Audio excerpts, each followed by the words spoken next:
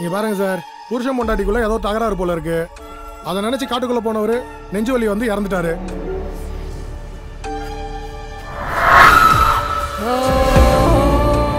இங்க என்னடானா கோவத்துல உங்க தங்கச்சி சூசைட் பண்ணிக்கிட்டாங்க.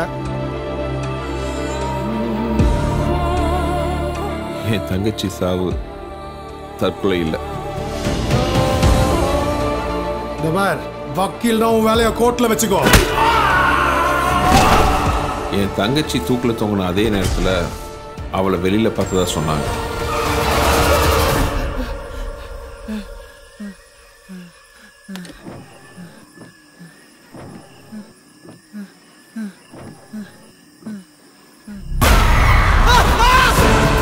என்னமோ தப்பா இருக்கு. இதே ஆளை அன்னைக்கு உங்க தங்கச்சி இடத்துல மார்ச்சரியில பார்த்தேன். என்னையா சொல்றான் அந்த சாமியாரு? ஏதோ பாக்குன்னு ஒரு பேயை பத்தி சொல்றாரு சார்.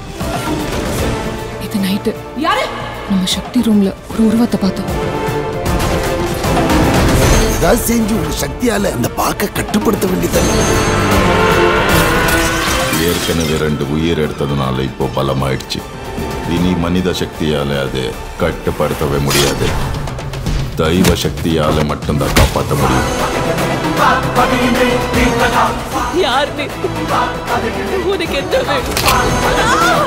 நீங்க சொன்னதுதான் சார் கரெக்ட். அந்த சாமியார் தான் ஏதோ பண்ணிருக்காங்க. ஆனா இன்னைக்கு ராத்திரி என்னவோ நடக்க போகுதுன்னு மட்டும் தோணுது. திருவலா அன்னைக்கு 3 பேர் ஆத்மாவை அபகரிச்சிட்டா அப்புறமா துஷ்ட சக்தி மாபெரும் சக்தியா மாறிடும்.